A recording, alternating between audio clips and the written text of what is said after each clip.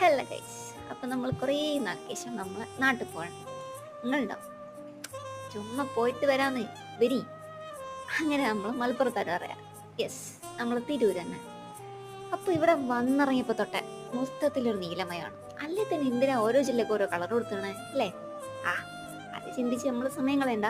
എന്നാലും ഞാൻ ആലോചിക്കും, കോഴിക്കോട് ചെല്ലുമ്പോൾ പച്ച, ഇവിടെ വരുമ്പോൾ നീല. പിന്നെ ബാക്കി എവിടെയും പോകാത്തതുകൊണ്ട് നമുക്കതിനെപ്പറ്റി ആധികാരികമായി പറയാൻ അറിയില്ല ഗൈസ്. അതുകൊണ്ട് അത്ര സാഹസത്തിന് നമ്മൾ മുതിരണില്ല. അപ്പൊ നമ്മൾ എന്തായാലും തിരൂരെത്തി. ഇനി നമുക്ക് വീട്ടിലോട്ട് പോകണം. ഉഫ്, ഇവിടെയാണെങ്കിലോ ഒടുക്കത്തെ തിരക്ക്.